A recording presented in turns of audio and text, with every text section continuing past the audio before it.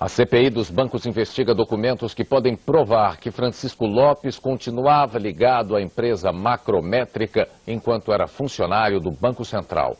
Extratos bancários indicam que Francisco Lopes recebia com regularidade dinheiro da empresa quando era diretor do BC. Uma reunião no Ministério Público Federal selou o destino das investigações sobre o suposto favorecimento aos bancos Marca e Fonte Sindan. De agora em diante, os procuradores da República e os policiais federais vão centralizar os trabalhos no Rio. Mas o comando é de um delegado de Brasília. Isso demonstra apenas o total empenho da Direção-Geral da Polícia Federal de apurar o mais rápido possível todos esses fatos. À tarde, já seguindo a nova orientação, policiais e procuradores de Brasília foram até a Justiça Federal. Foi o primeiro contato deles com o material apreendido pelos representantes do Ministério Público. O senador Saturnino Braga, da CPI dos bancos, ficou no Rio. Hoje, ele confirmou que a declaração de bens do ex-presidente do Banco Central apresenta valores modestos. Muito longe da quantia, da dimensão de US$ 1.600.000 que ele possui, segundo a declaração do senhor Bragança, ele possui oculto nas contas do senhor Bragança no exterior. Uma fonte de Brasília que viu os documentos apreendidos pelo Ministério Público e copiados pela CPI informou que existem outras provas da ligação de Francisco Lopes com a empresa Macrométrica quando Lopes era diretor do Banco Central. Segundo esta fonte, são extratos bancários de 97 e 98 que demonstram depósitos na conta pessoal de Francisco Lopes feitos pela Macrométrica. Os valores desses depósitos variam de R$800 a R$4.000. O Banco Marca tem dívidas com o governo e por isso não poderia comprar dólares do Banco Central. A nova denúncia está chegando à CPI, que também investiga a suspeita de que o dono do banco comandava um esquema de sonegação de impostos. Foram 10 horas de depoimento na Polícia Federal. E Salvatore Cacciola, o dono do Banco Marca, só quer falar agora na CPI. Eu gostaria muito que vocês respeitassem o meu cansaço mental e o que eu não quero desabonar a CPI. E os senadores da CPI dos bancos já estão com os documentos apreendidos pelo Ministério Público. Vai ser um fim de semana de muito trabalho. Quem já viu os documentos garante que existem indícios de que o Banco Marca e as empresas ligadas a ele teriam mandado por várias vezes remessas de dólares para o exterior. Cada operação giraria em torno de US$ 1 milhão, que seriam destinados a pessoas sem nenhuma ligação com o Marca ou as empresas. E no depoimento de segunda-feira na CPI, o ex-presidente do Banco Central vai ter de explicar sua declaração de imposto de renda do ano passado. Francisco Lopes não teria declarado dinheiro no exterior. E também na segunda-feira, a CPI recebe do Ministério Público a relação com todas as operações realizadas na Bolsa de Mercadorias e Futuros em janeiro. A lista tem os bancos que teriam lucrado com a desvalorização do real. Os nomes vêm para a CPI sob sigilo bancário. Para o Ministério Público, há indícios de operações irregulares. Aí o que acontece? Explode o câmbio. Então não é do Plano Real esse tripé.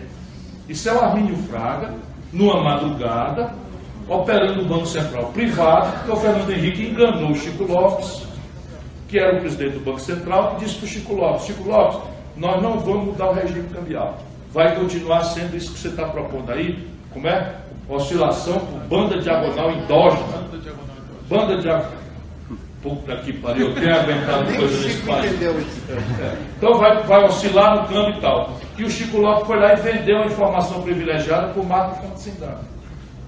Recebeu um toco vendendo informação privilegiada e que o regime de câmbio não ia mudar, quando até as pedras do caminho sabia que o câmbio ia estourar. Fernando Henrique dá uma ligação para os bancos.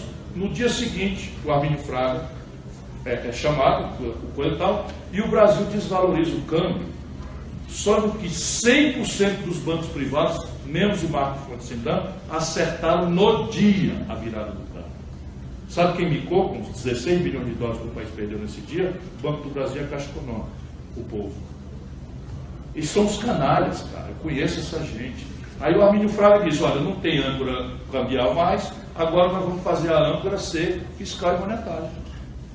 E um dos esquemas de corrupção mais marcantes do fim dos anos 90 foi encerrado sem nenhuma punição a vários envolvidos. Estamos falando do caso do Banco Marca, do banqueiro Salvatore Cacciola.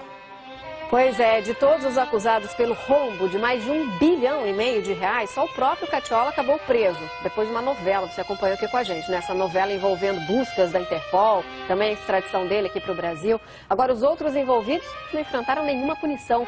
Gabriela Ferreira tem alguma explicação para isso? Bom dia.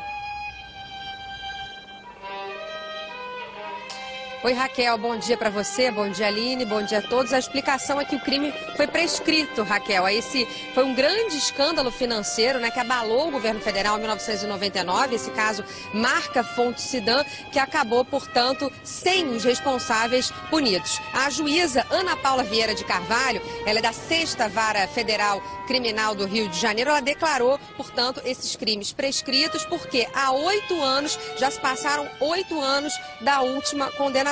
Eu queria lembrar aqui, Raquel, que essa prescrição, ela só foi descoberta agora, depois que a Justiça Federal aqui do Rio de Janeiro fez um mutirão para saber quais processos têm pessoas condenadas em segunda instância e que podem ir para a cadeia. Depois, aí, tendo em vista essa decisão do Supremo de que a pessoa já pode cumprir pena se ela tiver sido condenada em segunda instância, não é preciso mais esgotar todos os recursos. Bom, com isso, voltando ao caso, o ex-presidente do Banco Central, Francisco Lopes, os ex-diretores Cláudio Mausch, Demóstenes Madureira e Luiz Bragança, que já é falecido, além do ex-diretor do Banco Fonte Sidan, Luiz Antônio Andrade Gonçalves, ficaram livres, portanto, do cumprimento da prisão de 4 anos. E aí o escândalo, a gente lembra que ocorreu na crise cambial, deflagrada em janeiro, né, no início de 1999, início do segundo mandato, do segundo governo do Fernando Henrique Cardoso, quando houve ali uma mudança no sistema de câmbio e aí o regime elevou o teto lá da cotação de dólar. E aí, como o Marca e também o Fonte Sidan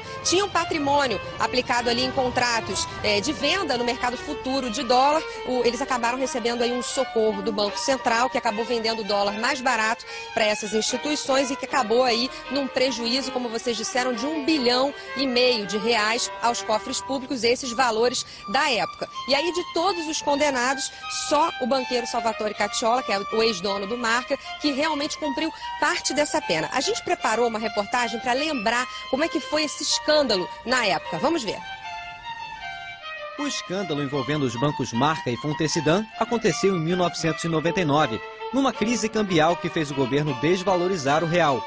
Por ter apostado na estabilidade do câmbio com aplicações em contratos de venda no mercado futuro de dólar, o Banco Marca de Salvatore Cacciola não conseguiu honrar seus compromissos e quebrou. Por meio de Luiz Bragança, amigo do então presidente do Banco Central, Francisco Lopes, Cacciola pediu socorro ao BC, que vendeu dólares por um preço mais barato do que a cotação de mercado. A operação, que também favoreceu o Banco Fonte Sidan, causou um prejuízo de R$1,5 bilhão aos cofres públicos.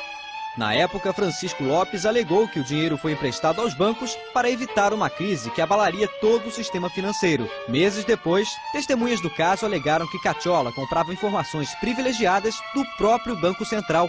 Em 2000, para evitar uma fuga de Cacciola, o Ministério Público pediu a prisão preventiva do ex-banqueiro.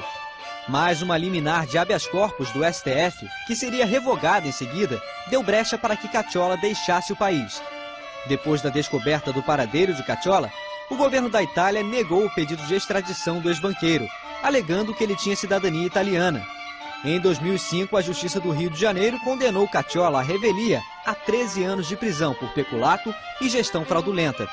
Na mesma sentença, também foram condenados os dirigentes do Banco Central Cláudio Mausch e Demóstenes Madureira, os ex-dirigentes do Fonte Sidan, Luiz Antônio Gonçalves e Roberto Steinfeld, já falecido, além do empresário Luiz Augusto Bragança, que também já morreu. De todos os condenados, apenas Salvatore Cacciola acabou preso.